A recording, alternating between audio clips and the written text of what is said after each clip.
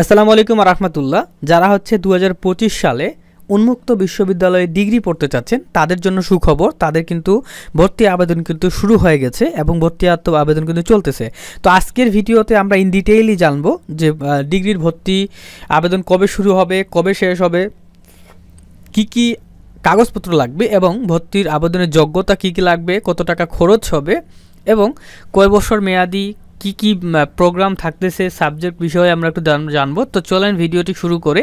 তো সর্বপ্রথম আপনাদেরকে বলতে চাই, আপনারা এইচএসসি পাস যারা করেছেন, কত সালে পাস করেন কোনো সমস্যা নাই, আপনি ডিগ্রিতে আবেদন করতে পারবেন। এইচএসসি পাস করলেই আবেদন করতে পারবেন। সেটা হইতে পারে 2010 সালে পাস করেন, সেটা হইতে পারে আপনি 2024 সালে পাস করেন, বাট আপনাকে এইচএসসি পাস হইতে হবে।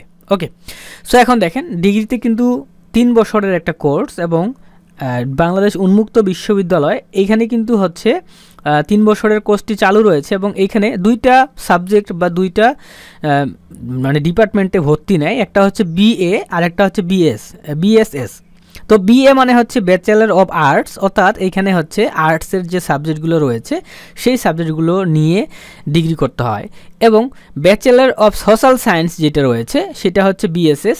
এইটাতে আপনাদের হচ্ছে যে সমাজবিজ্ঞান থাকবে, রাষ্ট্রবিজ্ঞান থাকবে, ইসলামী ইতিহাস থাকবে। এটাও কিন্তু আর্টসেরই, বাট বিএ একটা আলাদা, বিএসএস একটা আলাদা। ওকে, তো যাই হোক, এই দুটো কোর্সে যে কোনো একটাতে আপনি ভর্তি হইতে পারবেন, কোনো সমস্যা নাই। সো দেখেন কি বলেছে আমাদেরকে, যে ভর্তি বিজ্ঞপ্তি বিএ এবং বিএসএস 2025 ব্যাচ জানুয়ারি থেকে ডিসেম্বর, ঠিক আছে? এটা 3 বছরের একটা ব্যাচ কিন্তু। ওকে, তো বাংলাদেশ উন্মুক্ত বিশ্ববিদ্যালয় বাউবি এর সামাজিক বিজ্ঞান, মানবিক ও ভাষা স্কুল পরিচালিত 3 বছর মেয়াদি বিএ এবং বিএসএস প্রোগ্রাম 2025 ব্যাচে ভর্তির জন্য আগ্রহী শিক্ষার্থীদের অনলাইনে মাধ্যমে ভর্তির আবেদনপত্র আহ্বান করা হচ্ছে।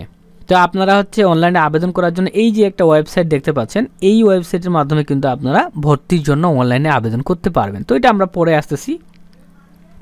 তো দেখেন, আপনাদের শিক্ষাগত যোগ্যতা, আপনি কত সালে পাশ করেন, আপনাকে এইচএসসি অর্থাৎ আইএ পাস করতে হবে, তাহলে আবেদন করতে পারবেন।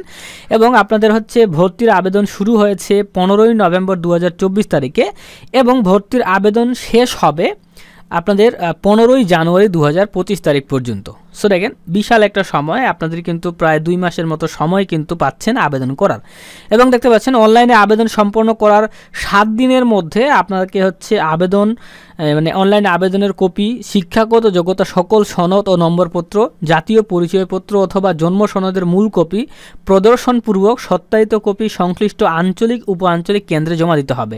সো দেখেন, আপনি যখন আবেদন করবেন, মনে করেন আমি দিনাজপুর থেকে আবেদন করব, সো দিনাজপুর সরকারি কলেজে কিন্তু এটা কিন্তু চালু রয়েছে, বাংলাদেশ উন্মুক্ত বিশ্ববিদ্যালয় আন্ডার বিএ বিএসএস।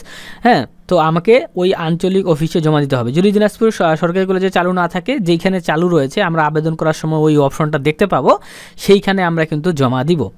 ক্লিয়ার? কী কী জমা দিতে হবে আপনি বুঝতেই পারতেছেন। অনলাইনে আবেদন কপি এবং শিক্ষাগত যোগ্যতা, এসএসসি এবং এইচএসসির সকল সনদ ও নম্বরপত্র, এগুলো ফটোকপি নিতে পারে, জাতীয় পরিচয়পত্রের ফটোকপি এগুলো নিতে পারে বা দেখবে, অরিজিনাল কপিগুলো দেখবে এবং ফটোকপি জমা নেবে।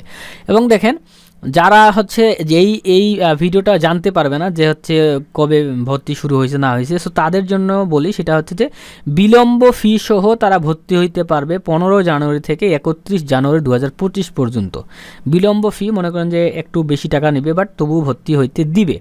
ওকে, এখন আমরা দেখি যে কি কি কাগজপত্র লাগবে অনলাইনে আবেদন করার জন্য। তো অবশ্যই অনলাইনে আবেদন করার জন্য হচ্ছে শিক্ষার্থীর সদ্য তোলা স্ক্যান করা ছবি লাগবে একটা, এবং স্বাক্ষরের স্ক্যান কপি একটা লাগবে।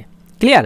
এবং 3890 টাকা হচ্ছে বিকাশ বা ডাচ বাংলার মাধ্যমে চার্জ সহ জমা দিতে হবে। ঠিক আছে? অর্থাৎ 3890 মানে 3900 টাকার মতো, 3900 টাকার মতো আপনাকে জমা দিতে হবে। ব্যাংকিং চার্জ অথবা 15-20 টাকা বা নিতে পারে। তো আপনি 4000 টাকা বা 4100 টাকা নিয়ে কম্পিউটারের দোকানে গেলে আবেদন করতে পারবেন। ক্লিয়ার?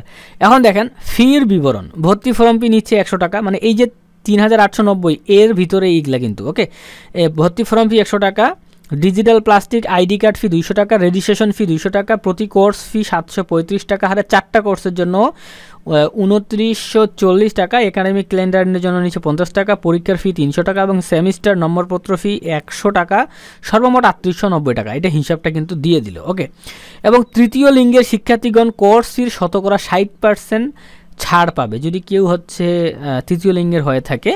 হ্যাঁ, তারা কিন্তু কোর্স ফির 60% ছাড় পাবে। ওকে, তো এবং টিউটোরিয়াল ক্লাস শুরু হবে আর আপনাদের 7 ফেব্রুয়ারি 2025 তারিখে। তো এটা কিন্তু ডিটেইল ছিল যে কত টাকা লাগবে, কী ব্যাপার সেবার সব আলোচনা করলাম। এখন আমরা আসবো যে আমাদের কিভাবে অনলাইনে আবেদন করতে হবে, এইটাও আমরা একটু দেখব। তো অবশ্যই এই ভিডিওতে লাইক না করে যাবেন না।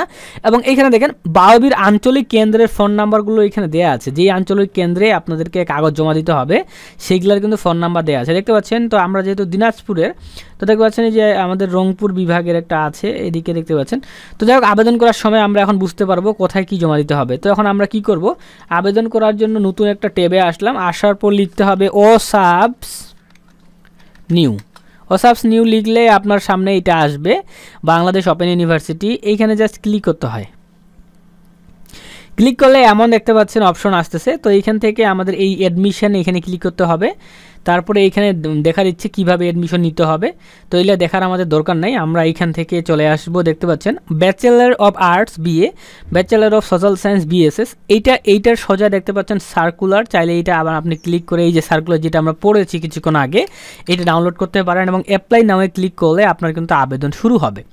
সো আবেদন করার জন্য আপনি আপনার সকল হচ্ছে যে সার্টিফিকেটগুলো হাতে নিয়ে নেবেন, তাহলে সব কিছু পূরণ করতে পারবেন। এবং ছবি এবং স্বাক্ষর এগুলো লাগবে এবং টাকা তো অবশ্যই প্রায় 4,000-4,000-এর মতো লাগবে। 4100 টাকা নিয়ে যাবেন। তো দেখেন রিজিওনাল সেন্টার যেগুলোতে লাল স্টিকার দেখতেছেন মানে স্টার মার্ক, এগুলো কিন্তু পূরণ করতেই হবে। সো দেখেন রিজিওনাল সেন্টার এখানে ক্লিক করলাম। তো আমি যেহেতু দিনাজপুরের, তো আমি এখানে দিনাজপুর দেখি, দিনাজপুর নয় রংপুর আছে, তো আমি রংপুর ক্লিক করলাম। করার পরে সাব রিজিওনাল সেন্টার মানে রংপুরের আন্ডারে যে সাব রিজিওনাল সেন্টারগুলো আছে ক্লিক করলাম। এই যে দেখেন দিনাজপুর পেয়েছি, তো আমি দিনাজপুর দিলাম। তো আপনি সেমভাবে দিবেন, ঠিক আছে। এখানে আপনার বিভাগ দিবেন, তারপরে এখানে হচ্ছে আপনার জেলার নাম আসলে দিবেন। তো এখন দিনাজপুরের ভিতরে কোন কোন স্টাডি সেন্টার আছে আমরা ক্লিক করলে এখানে দেখতে পাচ্ছি, দেখেন আদর্শ কলেজ, বিরামপুর মহিলা কলেজ, প্রত্যেকটা কলেজের নাম কিন্তু এখানে কিন্তু আছে। তো আমি দেখি দিনাজপুর সরকারি কলেজে আছে কিনা, আমি হালকা একটু দেখি। সো এইখানে দেখতে পাচ্ছি না দিনাজপুর সরকারি কলেজ নাই, তবে আমার বাসার পাশে কিন্তু কেবিএম কলেজ দিনাজপুর আছে। আমি এখানে ক্লিক করলাম, দেখেন, ঠিক আছে। অর্থাৎ আমার পড়াশোনা কেবিএম কলেজে হবে। তারপর আমি নেক্সটে ক্লিক করলাম। এখন স্টেপ 2 নম্বর স্টেপে আসছে, দেখতে পাচ্ছেন। তখন এইখানে দেখেন অ্যাপ্লিকেন্ট নেম মানে আপনার নাম ইংরেজিতে ভালো করে লিখবেন, ভুল করবেন না, বাংলায় লিখবেন। বাবার নাম ইংরেজিতে, বাবার নাম বাংলায়, মায়ের নাম ইংরেজিতে, মায়ের নাম বাংলায়। এবং এই দুটো দেওয়ার কোনো প্রয়োজন নেই, লাল স্টার মার্ক নাই মানে আমরা দিব না। জন্ম তারিখটা সুন্দর করে দিবেন, দিন মাস তারিখ বছর, এবং প্লেস অফ বার্থ এলা দেওয়ার দরকার নেই। জেন্ডার আপনার কি, আপনি মেল না ফিমেল এটা দিবেন। তারপরে ন্যাশনালিটি অবশ্যই বাংলাদেশি দিবেন। আইডেন্টিটি টাইপ এখানে হচ্ছে আপনার ন্যাশনাল আইডি থাকলে ন্যাশনাল আইডি দিবেন এবং ন্যাশনাল আইডি কার্ডের নাম্বারটা এখানে লিখবেন। যদি ন্যাশনাল আইডি না থাকে বা মানে জন্ম নিবন্ধন থাকে তাহলে এটা দিবেন এবং জন্ম নিবন্ধন নাম্বারটা এখানে লিখে দিবেন। তো যাই হোক, সবারই ন্যাশনাল আইডি আছে যারা আবেদন করবেন, তো নাম্বারটা এখানে দিবেন। রক্তের গ্রুপটা অবশ্যই দিতে হবে এটা, ঠিক আছে। তো এখান থেকে সুন্দর করে দিয়ে দিবেন। তারপর হচ্ছে বিবাহিত না অবিবাহিত না ডিভোর্সি না কী ব্যাপার সেবার এইটাও এখানে কিন্তু দিতে হবে, ঠিক আছে। এবং আপনার ধর্ম কি, এইখানে আপনি যেই ধর্মের সেটা দিবেন। কোটা দেওয়ার কোনো প্রয়োজন নাই। ইমেল অ্যাড্রেস এটা মাস্ট বি দিতেই হবে, ঠিক আছে। ইমেল অ্যাড্রেসটা এখানে দিবেন। মোবাইল নাম্বারটি অবশ্যই দিতে হবে, ঠিক আছে। তারপর একটু নিচে চলে আসবেন, আসার পর দেখতে পাচ্ছেন যে বর্তমান ঠিকানা এবং স্থায়ী ঠিকানা কিন্তু চাচ্ছে। তো আপনি কি করবেন, বর্তমান ঠিকানাটা এখানে সুন্দর করে অ্যাড্রেসটা লিখে দিবেন।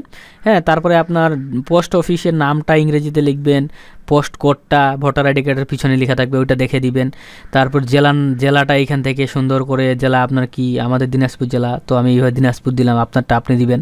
তারপরে কোন উপজেলা বা থানার এইখানে হচ্ছে দিতে হবে, তো আমি দিনাজপুর সদর দিলাম, ঠিক আছে।